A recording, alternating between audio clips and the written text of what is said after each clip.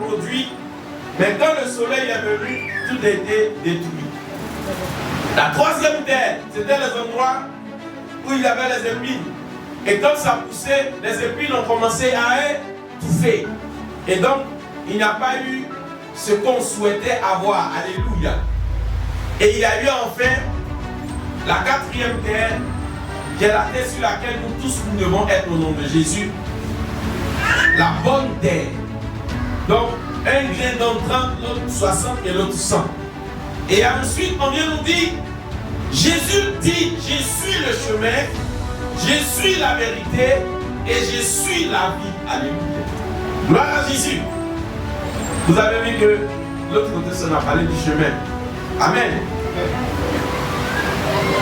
Ce matin, je suis très heureux parce que on vient rappeler quelque chose de très important. Très important parce qu'aujourd'hui, tout le monde cherche une solution.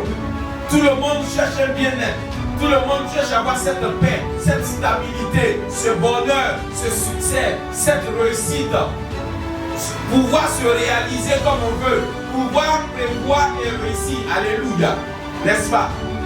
Mais on voit qu'on n'arrive pas. Alléluia. On voit qu'à certains moments, ça ne change pas. Amen. Permettez-moi de vous dire que la vie chrétienne est une vie évolutive. Alléluia. Pourquoi? Ce n'est pas une vie dans laquelle dès que tu as accepté le Seigneur, magie, tout change en même temps. Amen. Parce qu'on nous fait croire souvent que j'ai accepté Jésus et puis ça suffit. C'est pas ça. Permettez-moi de dire, cette compréhension est erronée. Pourquoi je dis qu'elle est erronée? Parce que quand Jésus lui-même il est venu et que les disciples ont accepté de marcher avec lui, tout n'est pas fini en même temps. Vrai ou faux? Vrai. Jésus même qui est Dieu, avec lui tout n'a pas été du tic au tac. Pourquoi nous qui ne sommes pas Dieu, nous voulons que tout soit du tic au... C'est impossible. Alléluia.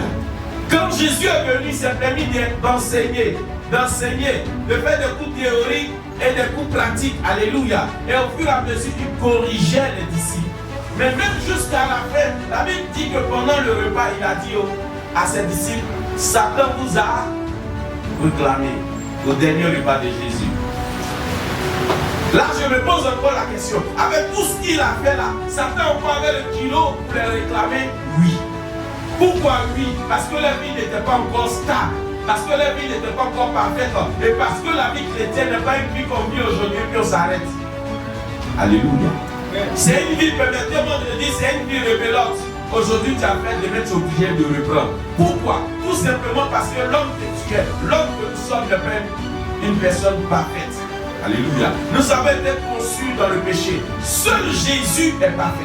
Parce que lui, il a été conçu sans péché. Gloire à Jésus. Voici pourquoi il est notre solution. Alléluia. Et Jésus est Dieu. Voici pourquoi il est notre Seigneur et notre Sauveur personnel. Gloire à Jésus. Et quand vous voyez, tout à l'heure, on nous a dit, le long du chemin, il y a un problème. Le problème était les oiseaux qui sont venus enlever la graine. Il n'y a eu personne pour sauver cette semence et ils ont perdu. La dernière fois, je disais ici, c'est un type de famille, s'il vous plaît, un type de personne qui reçoit la grâce, mais pas manque ou par problème de sécurité, d'assistance ou d'appartenance à Christ, perd le long du chemin. Alléluia. Mais Jésus dit, il est le chemin.